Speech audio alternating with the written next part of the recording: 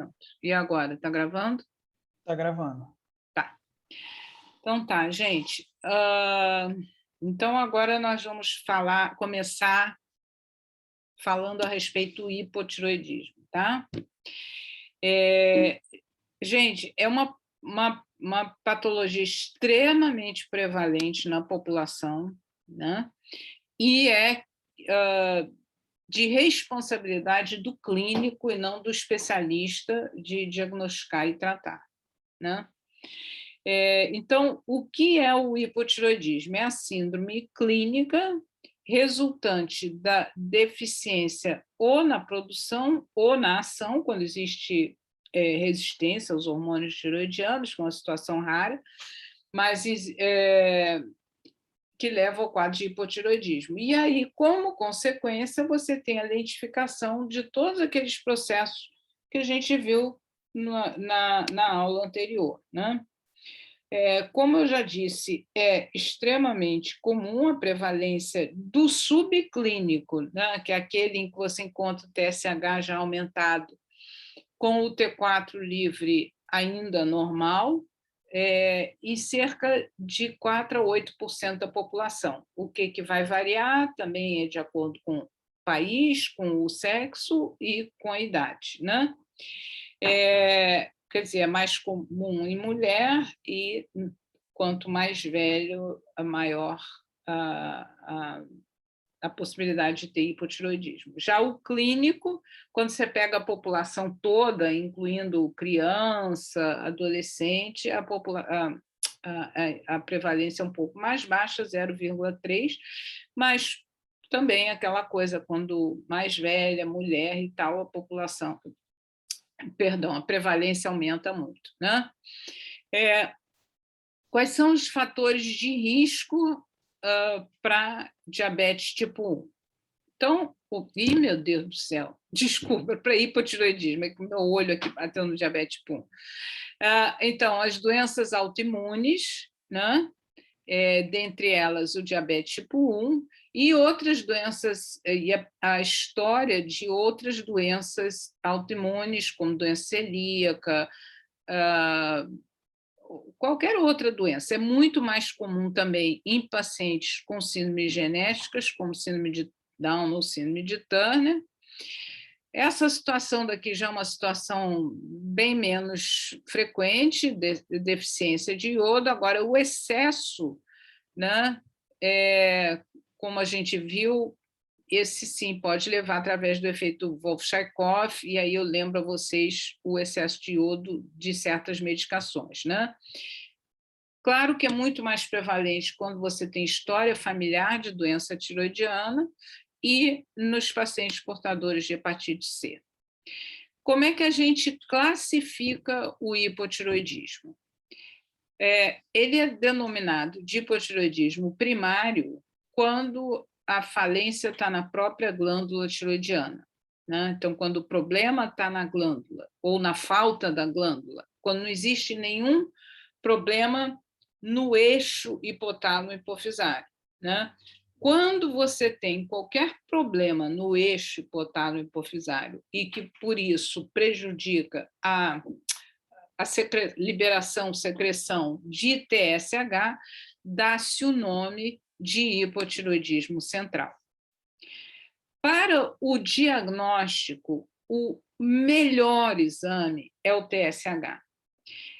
Eu costumo dizer que o TSH é um hormônio histérico, exagerado.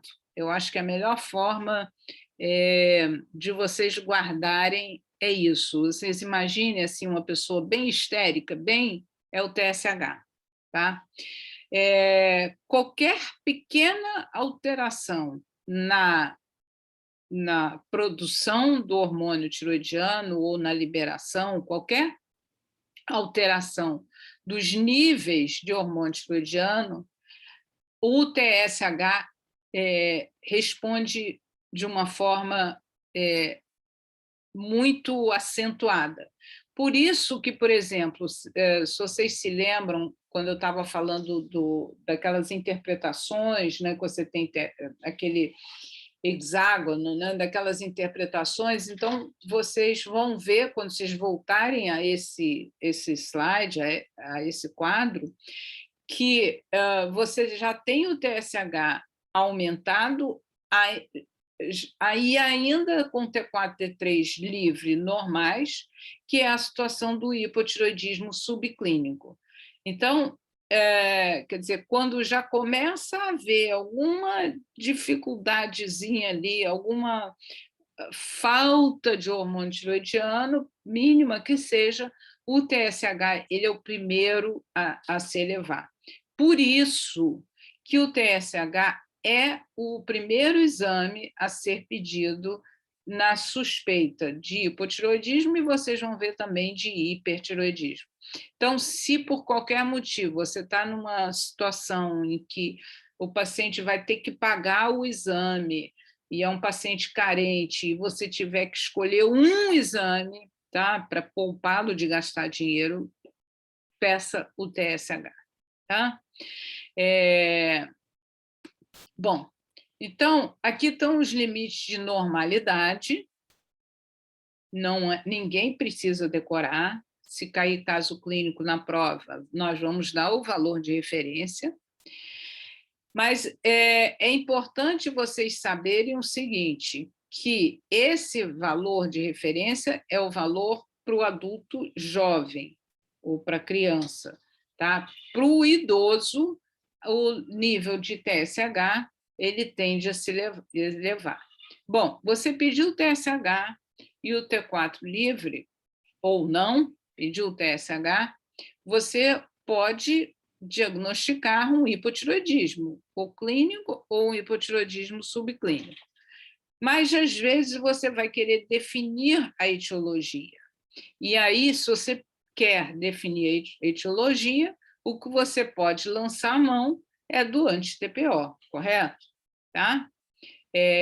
Que pode vir aumentado, aí vocês se lembrem que não é patognomônico, ele pode estar presente mesmo numa população geral, mas se ele tiver positivo num paciente que tenha hipotireoidismo, seja clínico, seja subclínico, você já tem o diagnóstico de hipotireoidismo por tireoidite Hashimoto, né? Em relação ao quadro clínico do hipotireoidismo, o quadro clínico vai depender da idade em que o hipotireoidismo se instala, né? Então, uma coisa é você ter um paciente com hipotireoidismo que é um idoso, ou um adulto, ou uma criança. Então, o quadro clínico e a severidade vai depender desses fatores. Então, nós vamos começar falando no hipotireoidismo na infância, né? Então, quais são as causas? Aliás, as causas também são diferentes, né? Porque é claro que você não vai ter hipotireoidismo congênito diagnosticado na fase adulta, né? Então, o hipotireoidismo congênito ou hipotireoidismo neonatal, ele pode ser transitório. Quando é que ele vai ser transitório? Como, por exemplo, se a mãe tomou iodo ou amiodarona, ou se a mãe tem hipertireoidismo e tem esse anticorpo, que é o anticorpo bloqueador do estimulador de tireoide, então também pode ser, mas é uma situação muito rara. Então, esse é um hipotireoidismo congênito transitório. Já a maior parte dos casos de hipotireoidismo congênito é o hipertireoidismo congênito permanente, né? E ele é ocasionado por uma anormalidade na embriogênese. Então, quando a glândula é uma glândula ectópica, hipoplásica ou mesmo aplasia da tireoide, você vai ter um hipotireoidismo congênito permanente. Uma outra situação, as outras situações são situações raras, né, desormonogênese, quando a mãe tomou inadvertidamente iodo radioativo, ou algumas mutações que também podem levar ao hipotireoidismo congênito permanente. Já na fase de criança, quer dizer, saiu do neonatal, né? Vamos para a criança, a causa mais comum é a tiroidite de Hashimoto, que é mais comum no sexo feminino, assim como nas mulheres, é mais comum, e é raro antes dos 4 anos de idade. E existe uma causa em criança rara, que é a produção excessiva de desiodase tipo 3, que ela ocorre quando tem hemangiomas hepáticos muito volumosos, que são produtores dessa desiodase tipo 3. Então, mas são causas raras, a tiroidite Hashimoto é a mais comum. Voltando ao hipotireoidismo congênito, né? Você pode ter combócio, né? Que aí são aqueles casos de desarmonogênese. Então, claro, se você tem, veja bem, vamos pensar junto.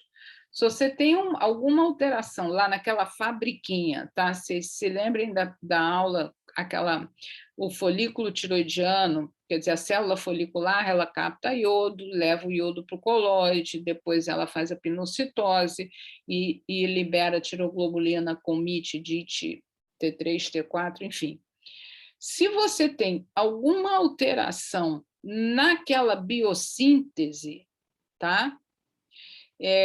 Você tem a tireoide no local normal, você tem uma tireoide tópica, né? Mas o problema é um problema na biossíntese, aquela fábrica ali não está funcionando direito. Com isso, vai ter diminuição da produção dos hormônios tiroidianos, e aí, quem é o histérico? O TSH.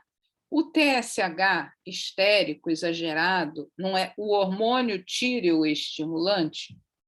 Então, ele vai estimular a tireoide, vai mandar a tireoide trabalhar. Com isso, você tem um crescimento da tireoide e aí você tem um bócio, tá certo? Tá?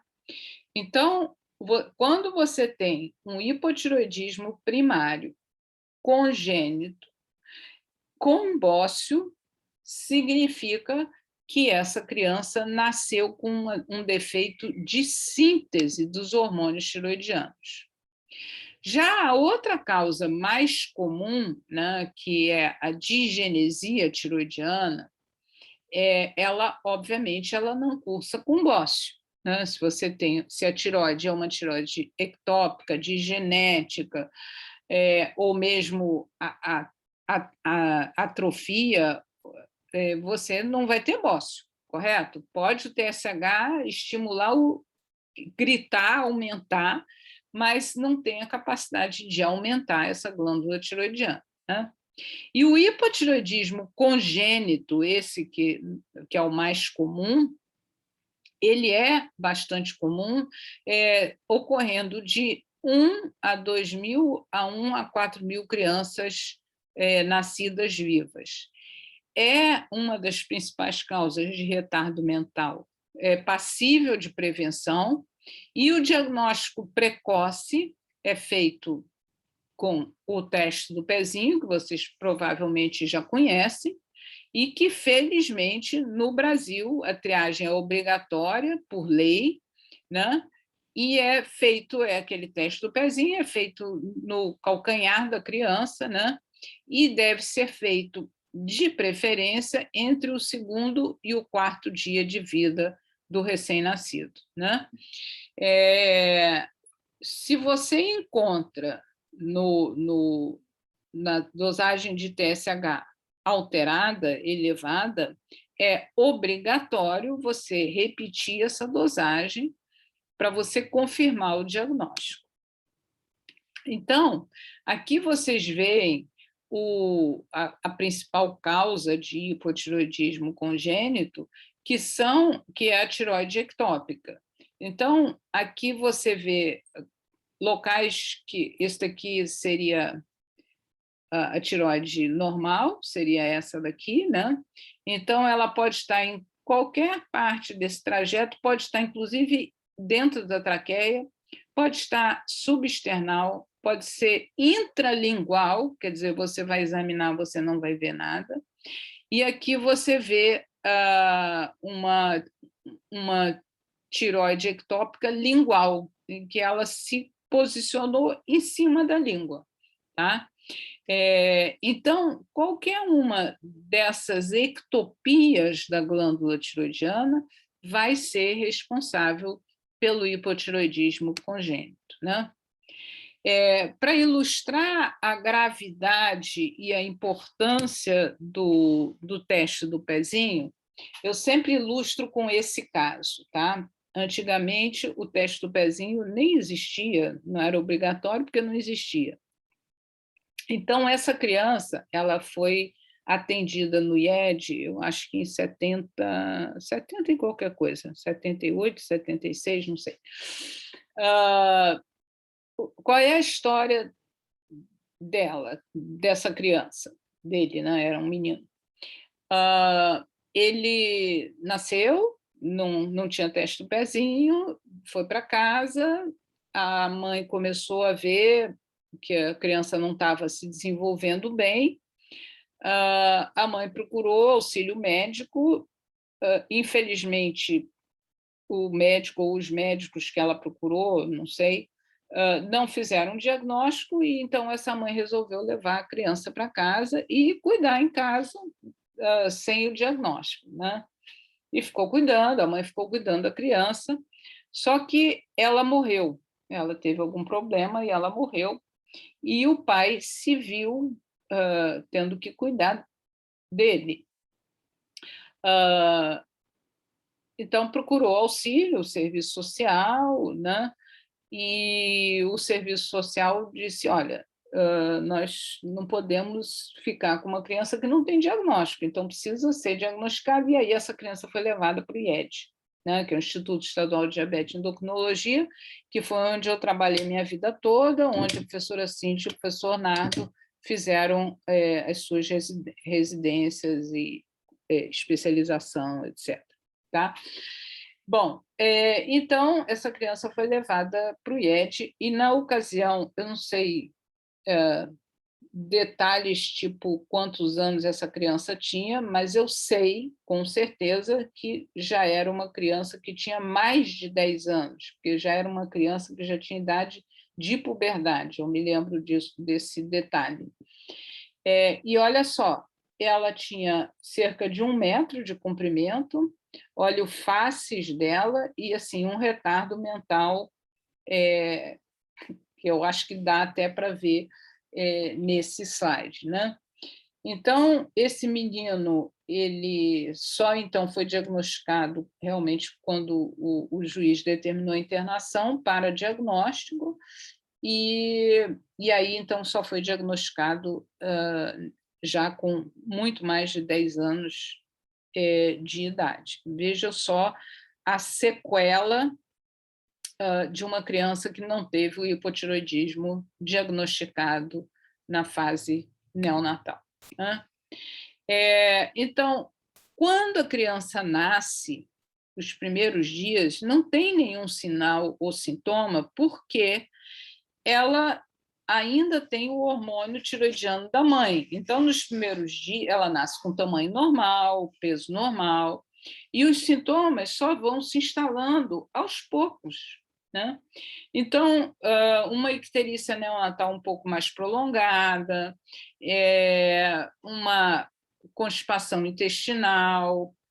Mas vejam bem, essa criança é uma criança letárgica, então é uma criança que dorme bastante, e muitas vezes a mãe, nos primeiros dias, não nota que o choro está mais rouco, que o movimento está mais lento, né? Então, muitas vezes, esses primeiros dias ou meses, 1 mês, 2 meses, se não for feito o diagnóstico pelo teste do pezinho, o quadro clínico é um quadro clínico, digamos assim, não muito grave, né? Uma criança que dorme muito, intestino preso, quer dizer, só depois, então, é que começa a se tornar evidente, né? Então, que a fontanela não fecha, que a pele está mais seca. Então, assim, só depois que realmente começa a se tornar mais evidente o quadro. Já, então, assim, esses são os sinais do recém-nascido, já quando é uma criança maior, né? Ela não vai ter retardo mental, vai ter a baixa estatura, isso qualquer, né? Vai ter um aumento, vai ter uma obesidade, vai ter um déficit escolar e um atraso no desenvolvimento puberal. Então, reparem que o quadro clínico ele é diferente de acordo com a época em que esse quadro clínico se instala, ok? Professora, Pois não. atraso na o quê? O que que é IO? Idade óssea, Ah, tá. Obrigado. nada. IO é idade óssea. Bom, sendo que o recém-nascido, né, se ele não for diagnosticado e, obviamente, tratado, né, vai levar ao quadro clínico que é chamado quadro clínico de cretinismo, quer dizer, que é o hipotiroidismo congênito com retardo mental, baixa estatura e não, aqui edema nas mãos, mas é mixedema com macroglossia, enfim, um quadro bastante grave, que é o quadro daquele menino que eu mostrei para vocês naquele slide, tá? Aqui vocês veem, não é aquele menino, isso daqui é tirado da internet, um menino de 17 anos, né? Você vê ainda com a fontanela aberta, um atraso significativo da idade óssea, repare aqui, né? Que são sinais, então, aquele atraso de IO, tá? Idade óssea, que é visto quando a criança não tem hormônio tiroidiano, né? Então, por isso que a importância do teste do pezinho, e aqui vocês veem, aos 18 dias de vida, uma criança que foi diagnosticada com hipotiroidismo, aqui a gente já conseguia ver algumas coisas, já conseguia ver a hérnia umbilical, a pele ressecada, tá? E vamos fingir que a gente está ouvindo um choro rouco dessa criança. Mas, fora isso, não tinha muitos sinais a não ser esses, tá? Aqui você já vê uma foto de uma criança um pouco mais velha, também com hipotiroidismo. O que você vê? Essa macroglossia, tá vendo? O faces infiltrado, a escassez aqui de cabelo, a escassez de sobrancelha, né? Aqui talvez dê para ver que ela tinha a pele muito seca. Aí o diagnóstico já é mais fácil, mas assim, é um quadro clínico, esse daqui é um quadro clínico bastante grave, né? Aqui um outro, que é esse menino de 13 anos, que foi diagnosticado como hipotiroidismo. Deixa eu só mostrar como é que era o cabelo dele, cabelo ralo, tá? Faltando um monte, tá vendo? Cabelo escasso, tinha a pele bastante seca. E aí, depois do tratamento, como é que ele ficou, tá? Então, aquela questão... Professora, Pois não. tem uma pergunta no chat. Quer que eu leia para a senhora? Lê para mim, por favor.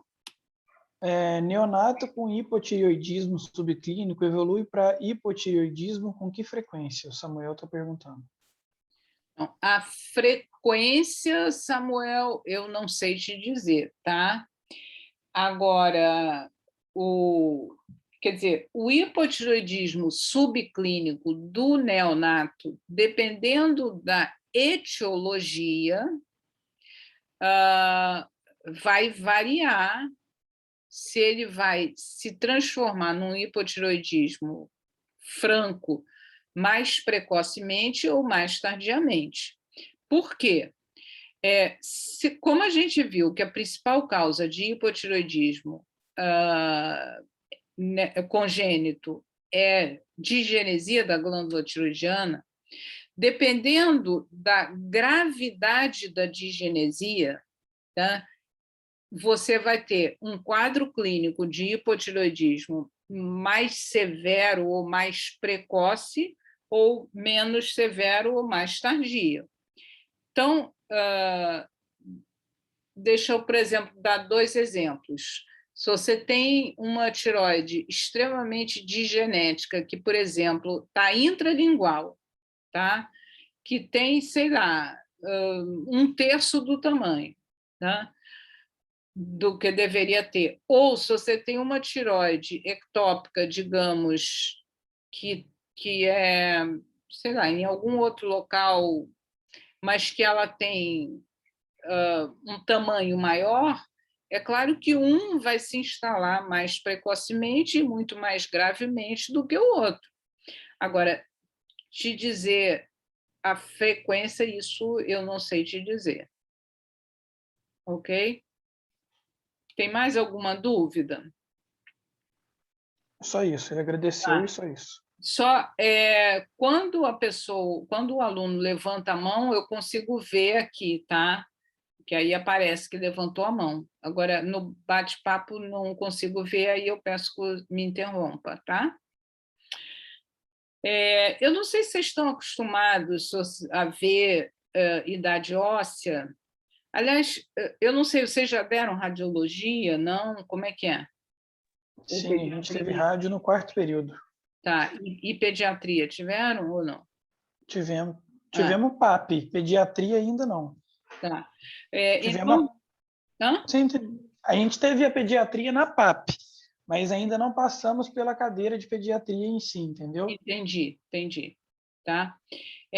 Então, mas vocês provavelmente já viram na radiologia, né, a questão da idade óssea, que é onde isso daí existe um atlas, o atlas de Greulich-Speilig, em que você compara o raio-x, no caso de mão esquerda, que é o padrão, da criança. Então, a gente viu aquele raio-x que a gente viu daquela criança de 17 anos. Deixa eu voltar um pouco para mostrar para vocês, para lembrar. Aqui, ó. Olha só, como praticamente só tinha, sei lá, 2 ou 3 ossos do carpo aqui, tá? Epífise de crescimento aqui bastante afastada, né? Isso daqui tudo é cartilagem ainda, além do tamanho, mas aí, no caso, a gente não avalia o tamanho. E aqui você vê... Opa, perdão. E aqui você vê, então, já com 11 anos, você já tem mais núcleos de ossos do carpo e já tem um menor espaço de cartilagem de crescimento, e aqui já a mão de um adulto já completamente que completou todas as etapas de crescimento e desenvolvimento. Então, você veja que já tem todos os ossos do carpo e não tem mais espaço entre as cartilagens de crescimento, tá? Então, isso é super importante, a avaliação da idade óssea, que normalmente dá informação de quando esse hipotireoidismo se instalou. E só uma informação que normalmente a gente só valoriza idade óssea menor ou maior do que diferente da idade cronológica de cerca de 2 anos. 1 ano de diferença de idade óssea não é muito valorizado. Isso é só um complemento, tá? Em termos de tratamento, mais uma vez, ninguém precisa decorar, mas precisa saber que se você pegar uma criança com hipotireoidismo, você vai ter que ir lá para os livros ou para a internet e ver qual é a dose, tá? Porque a dose é diferente na criança do que no adulto, e reparem que ela é mais alta, a dose é sempre micrograma por quilo por dia, E reparem que ela é mais alta conforme a criança é menor e a necessidade vai diminuindo conforme a criança vai crescendo. Tá? E aí a gente vai ver também no adulto em seguida, né? E a resposta ao tratamento é extremamente gratificante. Então, olha esse caso daqui, por exemplo, tá? Então, a criança aqui com hipotiroidismo, e aí depois que ela tratou, então você vê que a estatura dela tinha parado de crescer, né? Tinha tido uma parada de crescimento, e aí diagnosticou e começou o tratamento, ela recuperou e voltou para o canal de crescimento dela. Tá? Então, é muito gratificante quando a gente pega uma criança com hipotiroidismo de tratar. O hipotiroidismo, então, no adulto, que é uma patologia que vocês vão ver com muita frequência, em sua grande maioria dos casos, é decorrente da tiroidite de Hashimoto. Né?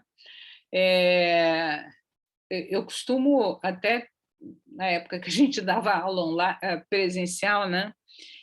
Eu sempre perguntava assim na classe, quem aí tem hipotiroidismo? E sempre tinha uma ou duas meninas que têm tiroidite Hashimoto, né?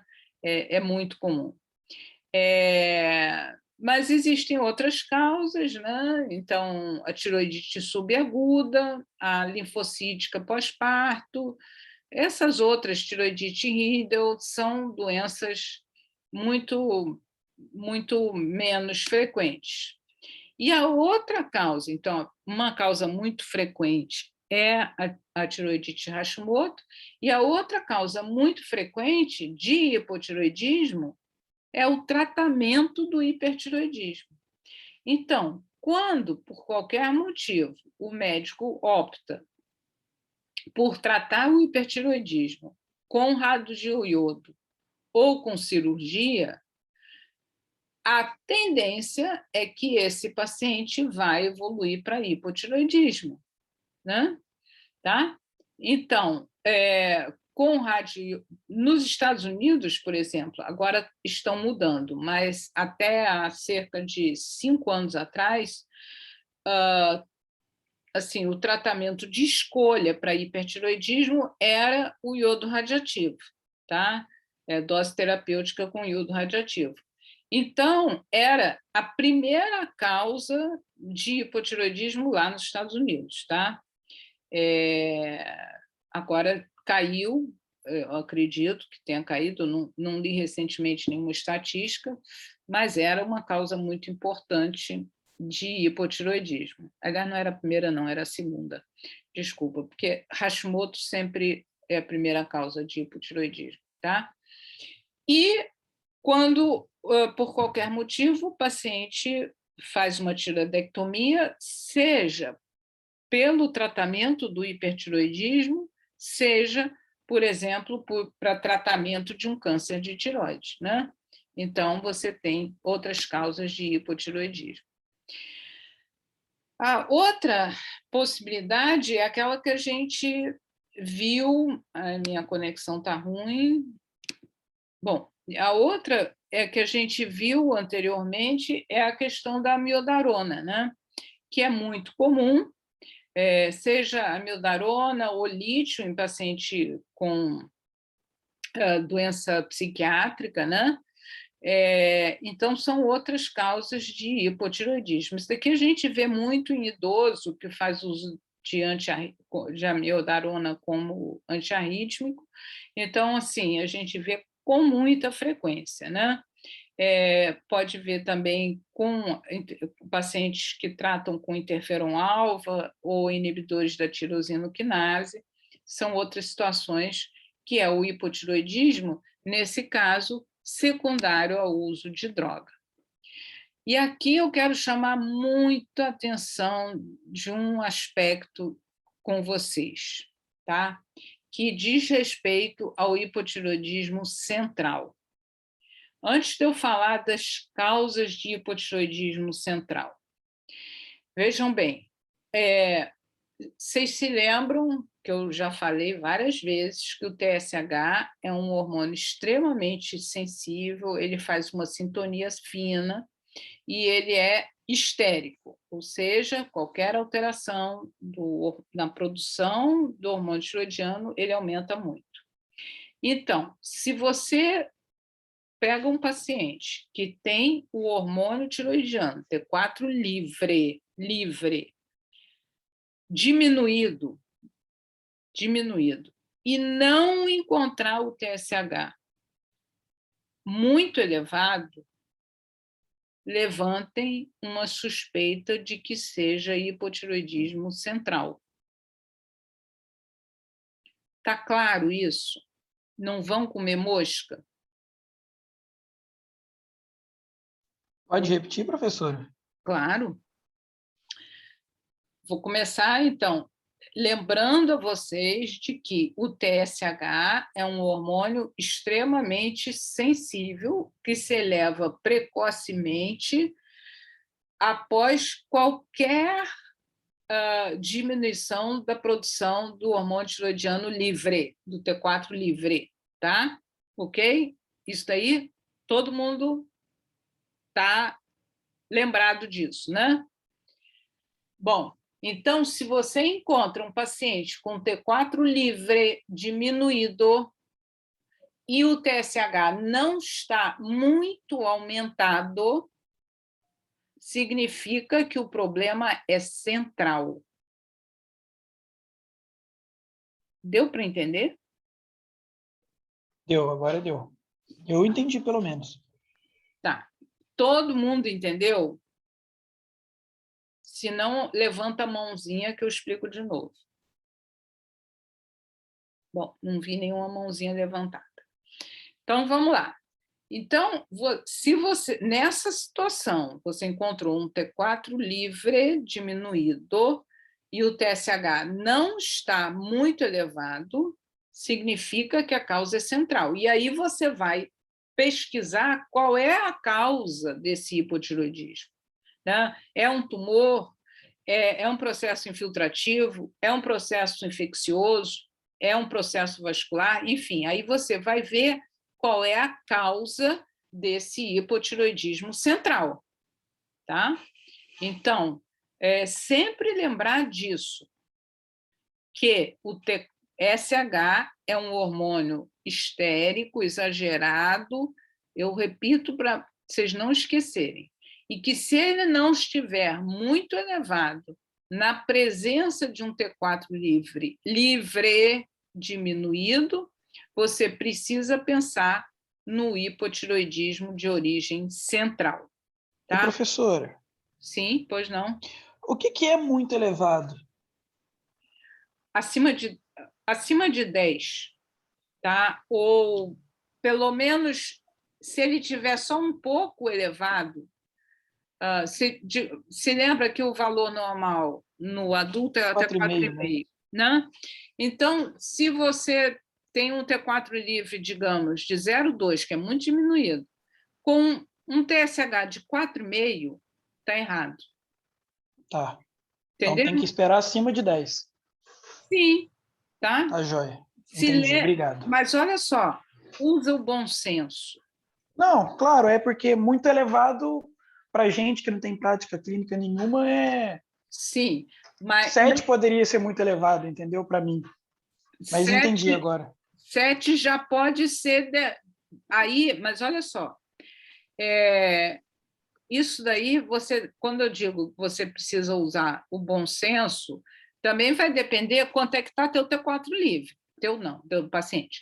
Se o T4 livre está muito diminuído, tá? Como eu falei, 0,2 é muito diminuído, e o TSH está 7, está errado.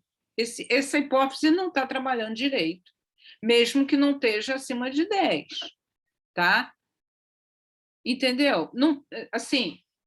Sim, tem que ser proporcional ao T4 livre. Exato, perfeito. Tem que ser Entendi. proporcional, tá? Ok? Tá, joia. Então, sempre pensa na fisiologia, tá? Sempre lembra a fisiologia. E, tá? o TSH e o T4 livre funcionando normalmente, tá?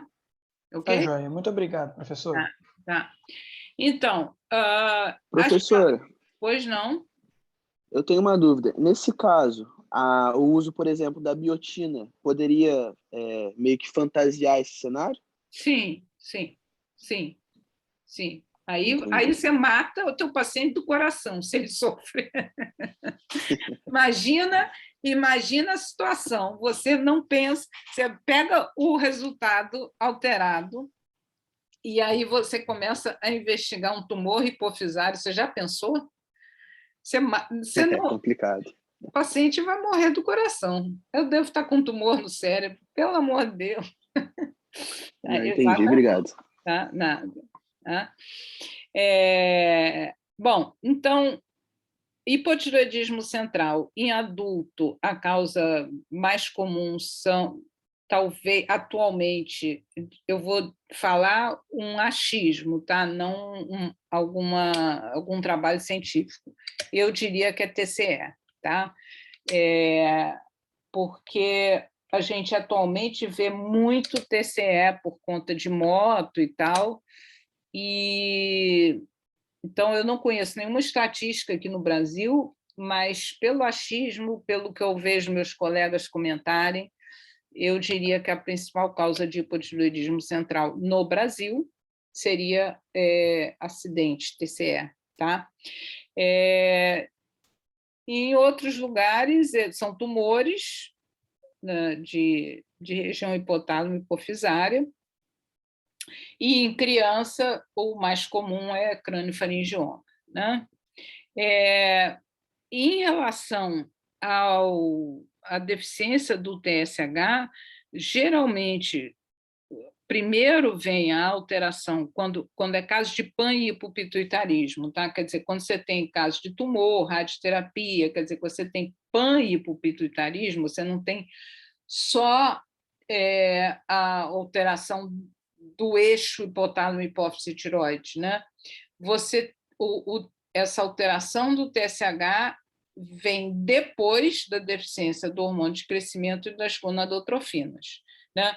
A deficiência de hormônio de crescimento no adulto, você não vai ver muitos sinais e sintomas, mas a deficiência de gonadotrofinas, sim. Então, paciente mulher que entra em amenorreia, ou homem que começa com disfunção erétil, ou oligospermia, enfim. Mas, assim, sofre essa sequência de falência das trofinas hipofisárias. Bom, então, aqui, apenas repetindo, o diagnóstico, você vai ter a dosagem do TSH e T4 livre, lembrando a vocês que no paciente mais idoso o valor de referência é mais alto, né? Aquilo que eu sempre friso bastante, que o TSH ele responde a pequenas reduções do T4 livre, ele tem um aumento exponencial, né? Tá? Eu acho que aqui nesse slide não tem muita novidade, que eu acho que isso aí tudo eu já falei para vocês, né? Agora, a grande questão, que é, quando é que você vai rastrear o hipotireoidismo? Não existe consenso, tá? Não existe consenso. Mas em certas populações, que são aquelas populações de maior risco, essas sim existe algum consenso. Então, por exemplo, todo paciente que tem história familiar. Então, se você diagnostica um caso, pegou um paciente, pede para a família, né, filha, mãe, irmã, principalmente as mulheres, né, rastrear o hipotireoidismo. Então, no diagnóstico de um caso de hipotireoidismo, é bom você orientar que os familiares, principalmente aqueles do sexo feminino, façam um exame de TSH, né? Pacientes que você vai iniciar o uso de amiodarona, você vai iniciar o uso de lítio. Ou, aqui, por exemplo, eu coloquei nesse exemplo anemia em investigação, mas eu vou contar para vocês um caso que verídico que aconteceu comigo, tá? Uma vez eu recebi um paciente que me foi encaminhado pelo cardiologista, e o cardiologista encaminhou esse paciente para mim porque ele tinha um bócio e ele queria que eu investigasse esse bócio desse paciente. Na história dele, ele já vinha tratando com esse cardiologista há um bom tempo, não me lembro quanto, sei lá, 2, 3 anos, em uso de estatina para aumento do colesterol. Esse paciente, especificamente, ele não tinha hipercolesterolemia depois que ele foi diagnosticado e tratado como o hipotiroidismo dele. Então, aquele bócio dele era por um hipotiroidismo e o médico, inadvertidamente, estava tratando a hipercolesterolemia, ele estava em uso de simvastatina já há anos e, na verdade, ele não tinha, porque depois que foi tratado do hipotiroidismo, a hipercolesterolemia dele desapareceu. Então, na presença de um sintoma ou sinal de hipotiroidismo, né, então deve ser investigado o hipotiroidismo. Então, por exemplo, esse exemplo que eu dei para vocês, né? Agora, durante a gestação, já existe um pouco mais de consenso, que toda mulher que engravida com 30 anos ou mais deve se pedir o TSH. Se tem história de doença autoimune, se tem anti-TPO positivo, se tem história familiar de doença tiroidiana. Então, assim, durante a gestação, no primeiro trimestre, né, já existe um pouco mais de consenso em todas aquelas mulheres que tenham esses fatores de risco para a doença tiroidiana. Tá? Então, só para recordar, na presença de uma suspeita de hipotiroidismo, você vai dosar o TSH e o T4 livre. Se o TSH tiver aumentado e o T4 livre estiver baixo, você está diante de um quadro de hipotiroidismo primário, nenhuma dúvida, certo? Isso daí é aquilo que eu frisei para vocês. Se você encontra um TSH baixo, normal ou pouco elevado, na presença de um T4 livre baixo, trata-se de um hipotiroidismo central. Aí você vai partir, aí encaminha para o endocrinologista, tá? Mas tem que pensar que vai ter que ser avaliada toda a função hipofisária, você já pode encaminhar para a gente com uma ressonância de célula turca, tá? O tratamento, se por acaso você estiver num lugar que não tem endocrinologista, porque nós somos poucos no Brasil, e você precisar começar a tratar esse paciente, você nunca começa com a levotiroxina, tá? Porque, como eu disse para vocês que as outras trofinas são comprometidas primeiro, então eu falei do hormônio de crescimento, falei das gonadotrofinas, mas também o ACTH, que é o responsável pela estimulação das suprarrenais.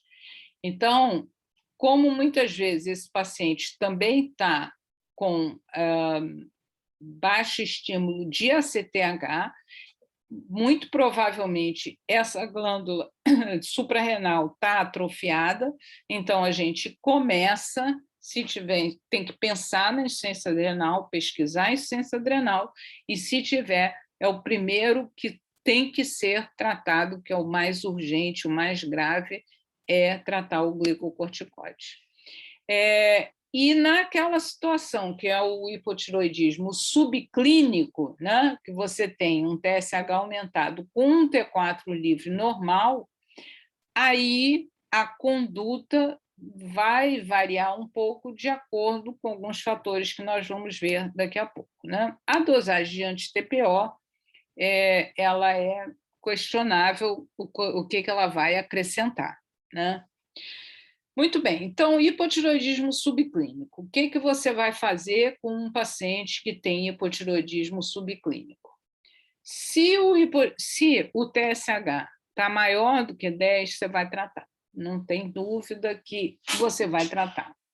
Mas, se o TSH, tiver entre 4,5 e 10, quer dizer, limite superior da normalidade ou menor do que 10, aí vai depender da situação do paciente. Primeiro, se é uma mulher que está grávida ou que vai engravidar, que quer engravidar, a gente não tem dúvida que a gente trata. Se tiver anticorpos positivos e uma ultrassonografia alterada, o que eu quero dizer com ultrassonografia alterada? Na ultrassonografia, um aspecto sugestivo de tiroidite Hashimoto, porque na tiroidite Hashimoto, a glândula tem um aspecto bem típico, tá? É um aspecto de irregularidade do parênquima tiroidiano, né?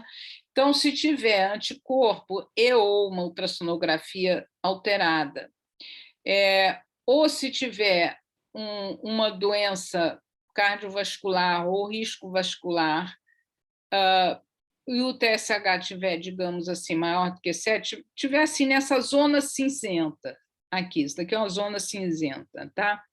Aí você não tem uma diretriz, aí você vai considerar, talvez você repita o exame daqui a 3 meses, ou você vai fazer um teste terapêutico. Aqui não existe consenso, aí depende de cada paciente. Agora, se está entre 4,5 e 10 e tem os sintomas sugestivos de hipotireoidismo, aí, então, você vai considerar o teste terapêutico, né? Para ver se melhora. Então, digamos, uma mulher que chega com depressão, não é um sintoma que pode ocorrer no hipotireoidismo, mas não é um sintoma, digamos assim, patognomônico, né? Então, digamos, um caso hipotético, você pega uma paciente com depressão, um TSH de 7 ou 8, né, e ela já está tratando da depressão e não está melhorando, talvez valha a pena você considerar um teste terapêutico e ver se ela melhora, né? E nas outras situações, você não vai fazer nada, você vai só observar, acompanhar esse paciente, porque muitas vezes esse paciente ele melhora espontaneamente, era uma coisa transitória, que às vezes fica sem explicação, ou outras vezes ele progride. Então, o hipotireoidismo subclínico ele vai exigir tratamento de assim, uma coisa muito personalizada, tá? Ok?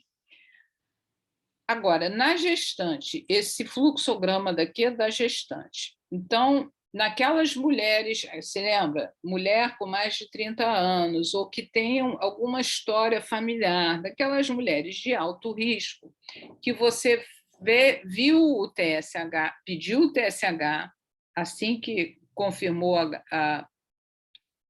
a gravidez, tá?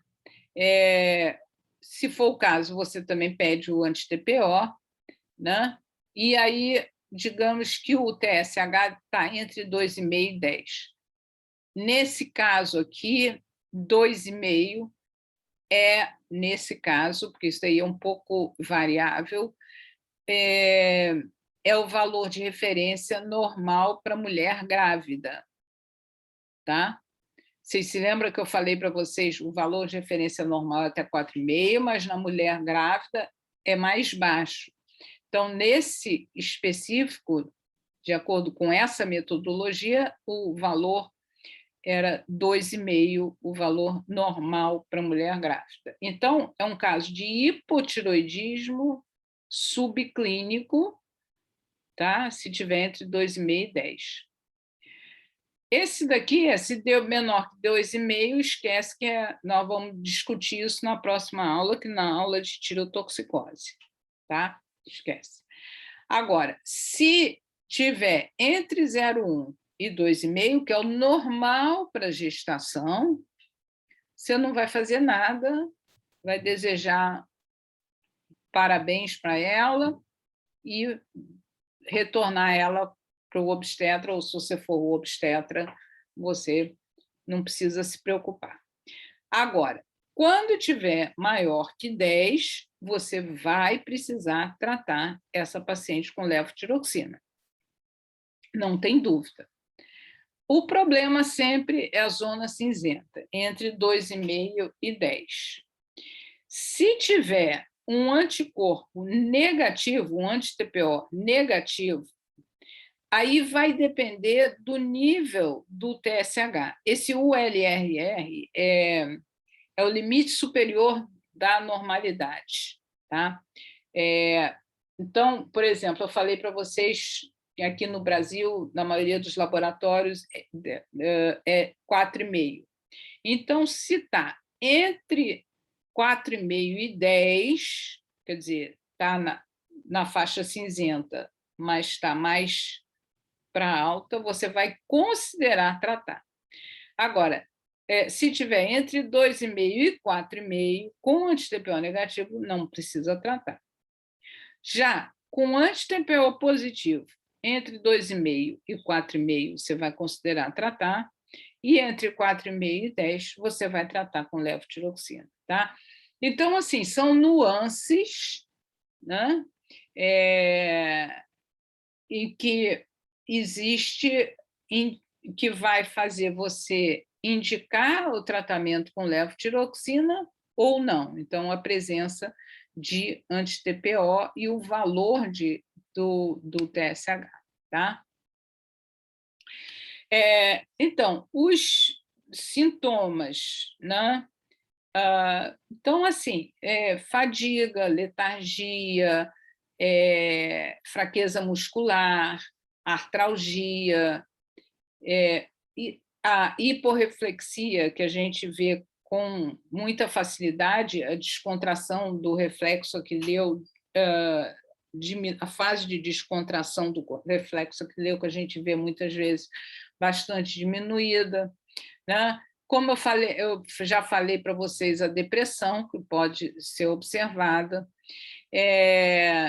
Na pele fâneros, então, o paciente transpira menos, tem queda de cabelo, fica com aquela pele seca, descamativa, unhas fracas e quebradiças, um edema ou mixedema. Intolerância ao frio, que é um sinal bastante característico, aquela pessoa assim, que antes tinha uma tolerância boa ao frio e, de repente, não suporta mais. Né? Dislipidemia, que eu contei para vocês o caso desse paciente que eu acompanhei, né? Depois, agora ele sumiu, não vejo ele há muito tempo. Cardiovascular, ele pode ter dispneia por insuficiência cardíaca congestiva. Nós tivemos um caso aí em Vassouras de uma paciente muito grave com insuficiência cardíaca congestiva, tá? Devido a um hipotireoidismo severo. Você pode ter anemia, diminuição do apetite, constipação intestinal, diminuição da peristalse. Nas mulheres, alteração menstrual, anovulação, infertilidade. O bócio pode ter ou não, dependendo da causa, né? E você pode encontrar hiperprolactinemia, pode encontrar hipermenorreia e bócio, obviamente, tá? Então, vocês vejam que você tem sinal ou sintoma praticamente, eu acho que nenhum órgão fica, nenhum sistema fica imune. Quer dizer, fica imune no sentido de que não é afetado.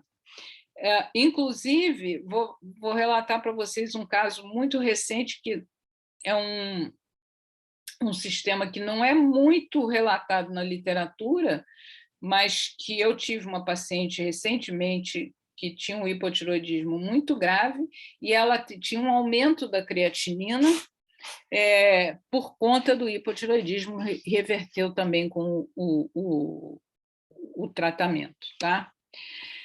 Bom, então, as alterações laboratoriais, elas são consequências do hipotireoidismo. Então, você pode ter anemia, que eu já falei. Mas tanto você pode ter anemia macrocítica, quando é por diminuição da absorção da vitamina B12 e do folato, ou anemia microcítica por diminuição da absorção de ferro, ou normocítica, quando o que predomina é a diminuição da eritropoietina. O sódio geralmente está baixo, que é dilucional, né? A CPK alta, enzimas hepáticas altas, isso a gente vê com muita frequência, as enzimas hepáticas aumentadas. Aqui, aquele caso que eu espero que vocês guardem, né? O colesterol total alto, por uma diminuição da depuração do LDL. E, aliás, só para ilustrar, aquele caso que eu mostrei daquele menino que tinha hipotireoidismo congênito, que foi parar lá no IED, tá? Aquele menino, ele morreu, eu soube disso, que ele morreu precocemente de doença cardiovascular. E provavelmente foi porque ele ficou anos com o colesterol muito alto, né? Então ele desenvolveu uma doença cardiovascular. Isso daí eu soube. Então, assim, é uma causa importante de dislipidemia. E a PCR também pode estar aumentada nesses pacientes. Agora, você não vai tratar nada disso, você não vai dar sulfato ferroso, você não vai dar estatina, nada disso, porque isso daqui vai reverter com o tratamento do hipotireoidismo, né?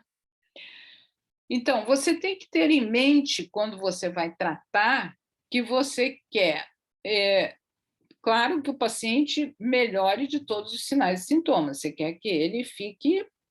E assim é muito gratificante a gente tratar um paciente com hipotireoidismo, né? Porque ele fala que ele revive, né? Ele estava se sentindo sem ânimo, sem força, só dormindo, às vezes, com o intestino preso, e aí, de repente, ele volta a ser a pessoa que era, né? Então, o objetivo é atingir o eutiroidismo clínico e bioquímico e muito cuidado para evitar o hipertratamento, né? Que seria desenvolver um quadro de tirotoxicose, especialmente nos idosos, que pode levar a ataque a arritmias e realmente a complicações mais severas, né? Cuidados em relação ao tratamento do hipotireoidismo. Vocês se lembram que eu disse para vocês que, conforme a pessoa adulta tem uma necessidade de hormônio tiroidiano menor. Então, em adulto, é em torno de 1,6 a 1,8 microgramas por quilo por dia, que ficou faltando dia. Quando vocês talvez se lembrem que com criança é 10, 6, 4, dependendo da idade da criança, tá? Na doença subclínica, né, que é aquele hipotireoidismo subclínico, a gente começa com uma dose menor, em torno de 1,1 a 1,2. Né? A dose deve ser uma dose única diária, administrado preferencialmente em jejum, 1 hora antes do desjejum, ou quando o paciente, por qualquer motivo, isso às vezes acontece, paciente que gosta de tomar café da manhã, não gosta de sair de casa sem comer, enfim, a gente tem duas opções, ou orienta que tome no meio da madrugada, se levanta para fazer xixi e tal, ou então 3 horas após a última refeição. Né? Então, ele janta, por exemplo, às 7 horas da noite, 10 horas, quando for deitar, ele já pode tomar. Então, isso daí são as recomendações em relação à administração do hormônio tiroidiano. Né? Algumas informações importantes, eu vou ler isso aqui para vocês, tá? Tem se tornado prática comum aqui no Brasil a troca de medicamentos prescritos por outros similares. O que quer dizer isso? Então, nós temos no mercado várias marcas, Levoide, Puran, Synthroid.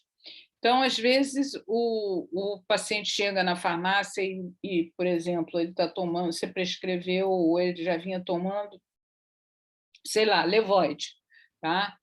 Aí ele chega na farmácia, e o balconista resolve trocar o Levoide por um outro, porque ele não tem lá. Então, ele oferece. É a mesma coisa. Não é, tá? Não pode ser trocado. Então, quando você vai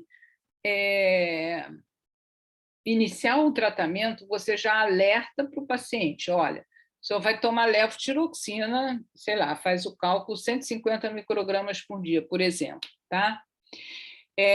Mas você já avisa ele, a marca que o senhor comprar, essa marca o senhor tem que ficar tomando sempre, porque existem diferenças no veículo das marcas, né? E isso leva a alteração na absorção e, então, não pode ser trocado, tá? Então, mesmo se for genérico, não pode ser trocado. Se começa com genérico, fica com genérico. Se começa por uma determinada marca, fica naquela marca, tá? Murilo, pode falar. Professora, o que eu queria saber é se... Meu Deus, eu esqueci o que eu ia perguntar. Desculpa, professora, espera aí que eu vou lembrar e te pergunto. Tá, aí você levanta a mão de novo. Tá?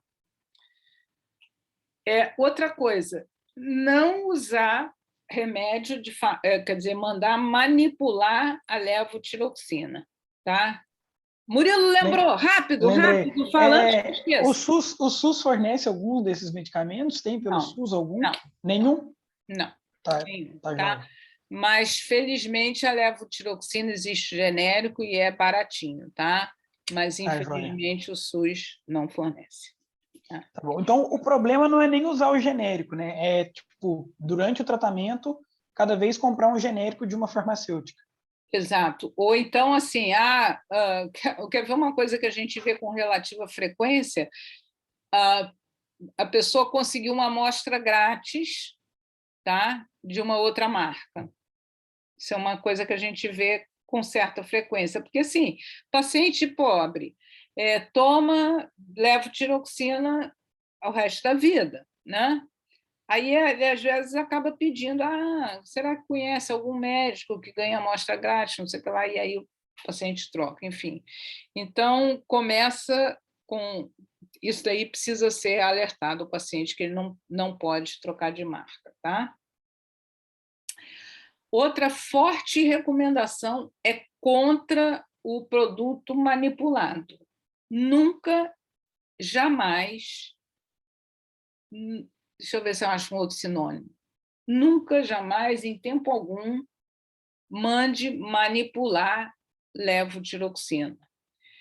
Porque, veja bem, as doses são microgramas, não é nem miligramas, são microgramas. Não existe nenhuma farmácia de manipulação que tenha capacidade de fazer cápsulas com microgramas, tá? E veja bem, ainda mais, veja se mesmo farmacêutica, indústria farmacêutica, tá? Que tenha capacidade de ter essa precisão, a diferença do excipiente muda a absorção da levotiroxina. Então, não tem como ser equivalente. Então, assim, não pode, não deve nunca fazer manipulado, tá? e a questão da marca, da troca de marca, né? E por quê? Porque o índice terapêutico é muito estreito. O que quero dizer com isso? É 1,6 por quilo por dia, microgramas. Então, vocês vão ver assim, que existe comercialmente, por exemplo, vou dar um exemplo, comprimido de 88 microgramas. Né? Então, e o paciente fica bem com 88, não fica bem com 75 e não fica bem com 100. Então, o índice terapêutico é muito estreito. Né? Vejam bem, esse eixo tireoide, hipófise, eixo hipotálamo, hipófise e tiroidiano, ele é de sintonia fina. Então, o índice terapêutico é aquele estreito. Então, não dá para dar uma chegadinha, vou aproximar a dose ou vou mudar. Não, então, muito cuidado com isso. Em alguns pacientes podem ter repercussões sérias. Vou dar um exemplo, tá? Uma paciente minha que teve um câncer de tireoide e fez tireoidectomia total e ela foi colocada em levotiroxina. E a gente, de acordo com o câncer e de acordo com uma série de individualidades, a gente tem que manter o TSH bem suprimido, tá? Abaixo, em torno de 0,1, 0,2, bem baixinho, né? Então, essa paciente especificamente, ela tomava, não me lembro qual dos hormônios tiroidianos que ela tomava, e um dia ela chegou na farmácia e o balconista falou, não, nós estamos em falta do seu, leva esse daí. Eu não tinha alertado ela muito enfaticamente, então ela trocou. E aí, quando ela retornou à consulta de reavaliação que ela fazia, faz, ela até hoje está comigo, de 6 em 6 meses do câncer de tireoide dela, eu vi que o TSH dela, que antes estava em torno de 0,2, 0,3, tinha subido para 3, ou não me lembro, algo em torno era acima de 2,5. Aí eu perguntei a ela, o que houve? Aí, quer dizer, veja bem, foi de 0,1, 0,2, foi a 3, com a mesma dose de hormônio tiroidiano, só que era de outra marca.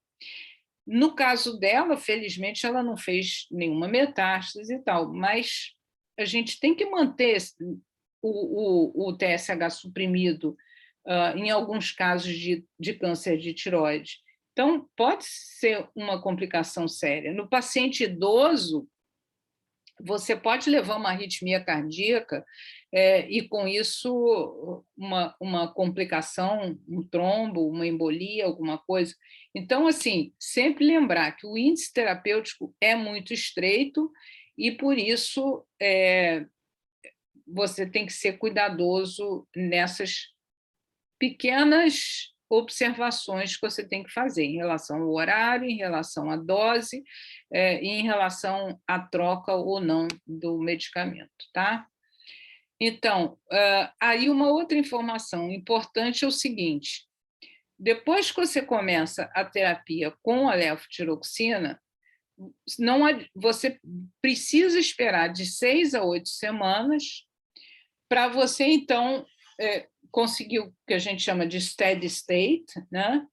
E aí, então, você reavaliar e ver se a dose está boa, se a dose é essa mesmo, entendeu? Tá? E quando você chega, então, na dose de manutenção, aí, normalmente, só é preciso reavaliar a cada 6 ou 12 meses.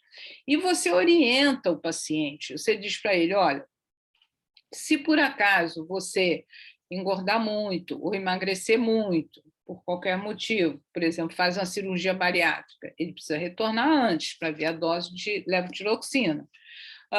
Ou se ele tiver alguma intercorrência que precise tomar alguma droga que possa interferir na absorção ou qualquer coisa. Então, assim, você orienta o paciente que ele não precisa ficar vindo todo mês ou cada 3 meses na consulta, tá? mas orienta que, em certas circunstâncias, mulher que vai engravidar, por exemplo, que ela tem que voltar para a consulta assim que ela engravidar, né? O único efeito adverso, não existe efeito adverso gastrointestinal, nada disso, o único efeito adverso é hipertiroidismo, tá? Então, agora, assim, uma particularidade é no paciente, por exemplo, que tem 60 anos, que é idoso ou então é cardiopata, né? Paciente mais jovem cardiopata ou paciente mais idoso, ou se tem um hipotiroidismo muito grave, aí a gente começa com uma dose mais baixa, né? Uma dose padrão, que é 12,5 microgramas por dia, e vai aumentando lentamente até atingir a dose de 1 micrograma quilo por dia. Tá?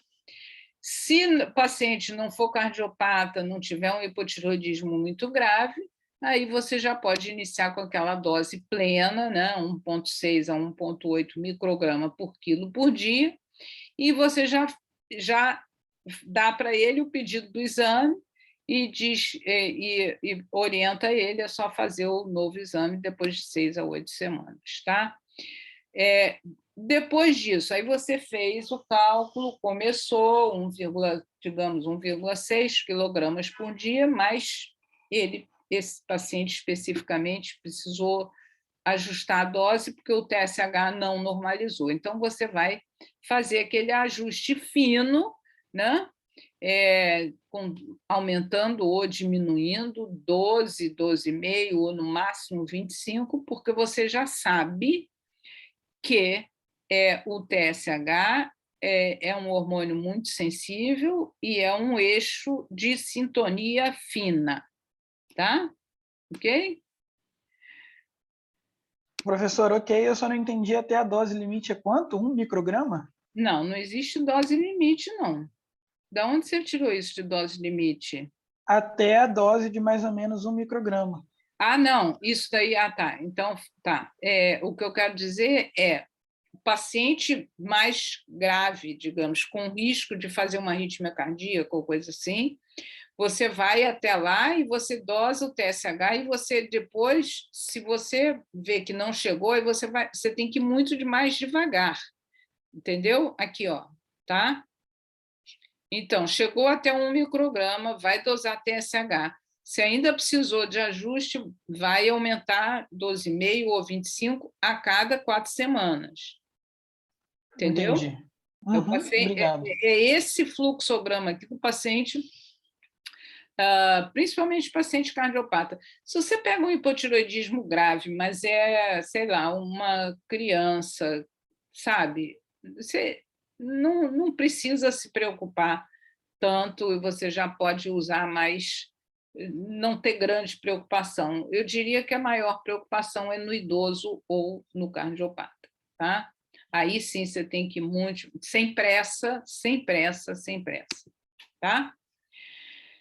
Bom, então, como avaliar se o teu tratamento está satisfatório? Se o hipotiroidismo é um hipotiroidismo primário, você vai avaliar através da dosagem do TSH, tá certo? Agora, se o hipotiroidismo for central, não adianta você ficar pedindo TSH. Encontrei isso na internet. Ixi, Maria, a Siri aqui deu... desculpa. Se o hipotiroidismo for central, você vai avaliar com o T4 livre, correto? Tá? Tá ok? Isso daí já foi falado, vai reavaliar de 6 a 8 semanas, né? E após atingir a dose de manutenção de 6 a 12 meses, isso aqui está repetido, tá? E o efeito adverso é hipertiroidismo iatrogênico. E aquelas situações que eu falei para vocês, que você precisa avisar o paciente, né? Que pode fazer ele aumentar ou diminuir a quantidade de levotiroxina, então, situações que você precisa avisar ele, olha, você vai tomar essa dose X, só precisa voltar daqui a 6 meses. Mas, por exemplo, se você tiver, como eu falei, né, for fazer uma cirurgia bariátrica, ou engravidar, ou usar droga que reduz. Então, você avisa o paciente que, se ocorrer uma dessas situações, ele deve procurar antes, né, para ajustar a dose, e vai haver necessidade de diminuição da dose no envelhecimento e mulher que faz, por qualquer motivo, terapia androgênica. Tá? Isso daqui é apenas para chamar a atenção que no paciente mais idoso, que a gente já viu que tem um nível de TSH mais alto do que o paciente mais jovem, tá? Então, que muitas vezes o clínico, o generalista fica com dúvida, meu paciente está com TSH, sei lá, de 8, de 9, será que eu vou tratar? Não, não há necessidade, não tem benefício, isso é um aumento fisiológico que ocorre no envelhecimento, tá? Então, cuidado, a maioria dos pacientes idosos não precisam de tratamento com levotiroxina, tá? Então, bom, que desculpa, eu não sabia que realmente tinha 7ª edição, eu vou corrigir, eu não sei qual é o capítulo, mas é o capítulo de hipotiroidismo, não sei se vai ser o mesmo número, tá? E o essencial quer dizer, não sabia que tinha na faculdade, né? E o essencial em endocrinologia, que é o capítulo 5, né? Tá? E eu até vou avisar a professora Cíntia, professor Nardo, que tem a 7ª edição. Então, era isso, gente. Alguma dúvida, algum questionamento? Vou fazer agora a chamada da presença, tá? Então, vamos lá, gente. Ana Luísa Paixão Correia. Ana Luísa Guimarães Fraga. Presente. Bárbara Azeredo Félix. Presente. Bruna Ribeiro Nogueira. Presente. Professora Ana Luísa Paixão botou no chat que ela está sem microfone. Ah, tá, ok.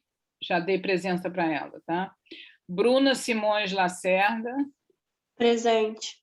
Bruno da Silva Tavares. Presente, professora. Daniel Miranda Santos. Presente, professora. Davi Bastos. Enzo Garcia. Esther Thanos. Felipe Cruz. Presente, professora. Gabriel Amin. Gabriela Valadão. Presente. Gabriela de Almeida. Giovanni de Paula. Presente, professor. Presente. Tá, quem falou Giovanni, né? Isso. Isso. Júlia de Paula Migoto. Não, peraí. Desculpa, é Giovanni de Paula Migoto ou Júlia de Araújo Zamboni? Júlia não está aí? Professora, a Júlia está sem microfone. Ah, ok. Guilherme Marques Nogueira. Presente. Heitor Tardelli. Henrique Amin. Presente, professor.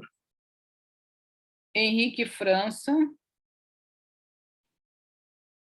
Henrique Tostes. Presente, professora. Iris Salles. Presente. Isabela Valadão. Presente. João Pedro, Presente. Júlia Viana, Presente. Karina Souza, Presente. Larissa Lima, Presente.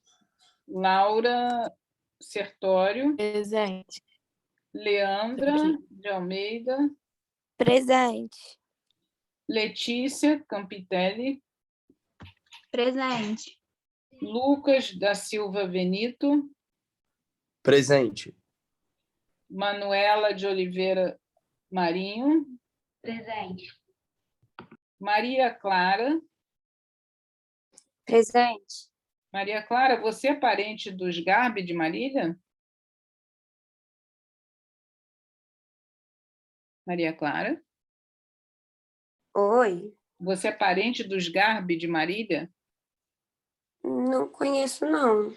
Uhum, tá. Porque tem um grande endocrinologista que, inclusive, estudou aí em Vassouras, que está na Faculdade de Medicina de Marília, que é Garbi, eu não sei. Ok. Maria Paula. Presente. Matheus Borges. Presente, professor. Mila Schiavini. Presente. Paulo Henrique. Presente, professor. Paulo Toledo. Presente, professor. Pedro Leite. Pedro Leite. Presente, professora. Rafaela de Almeida Vieira. Presente. Rodrigo Maia Santos Felipe. Presente. Samuel de Oliveira Toledo. Presente. Tiago Lana Andrade. Presente, professora. Tiago Borges. Presente, professor. Vanessa da Silva Baptista. Presente, professora. E Vanessa Silva Trambaioli. Presente. Wesley Nunes Teles. Wesley. E o Murilo, que eu sei que está presente. Isso. Valeu, professora. Muito obrigado pela aula, viu? Tá, só um minutinho. Eu vou chamar novamente os que não responderam antes, tá? Davi Bastos está presente ou não? Enzo Garcia.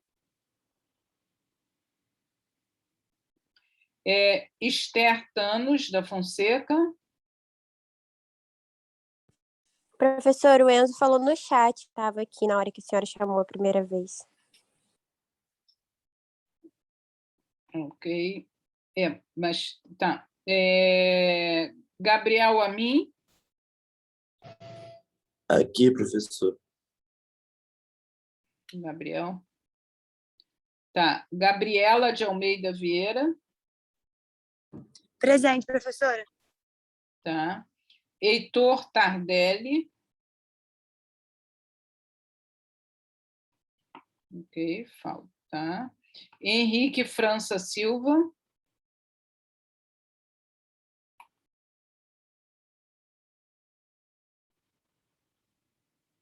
Tá, eu acho que o resto estava todo mundo presente. Então tá, gente. Então, Professora, Oi, pois não? eu tive um probleminha com a rematrícula que já foi resolvido, mas acho que meu nome ainda não está na sua lista. Aí, se você puder anotar aí para mim. Claro. Raquel Almeida, né? Isso. Tá, pode deixar, estou anotando. Obrigada. Professora, o meu também, a senhora não me chamou. Como é teu nome? Juliana Pérez. Juliana, o quê? Eu acho que teve o mesmo problema da Raquel. Juliana Pérez. Tá, Pérez. Tá. Mais alguém? Obrigada. Tá. Então tá, gente. Então, Professora. Oi? Desculpa, a senhora vai estar no ambulatório de tarde? Não, quem vai estar de tarde é a professora Cíntia e o professor Nardo, tá? Ah, sim. Tá bom, então. Obrigada. Tá bom? Bom ambulatório para vocês, tá? E A gente se vê daqui a 15 dias. Quer dizer, não, aí quem vai dar aula é a professora Cíntia, tá? Tchau, tchau, boa semana. Tchau. Obrigada, professora. Boa semana.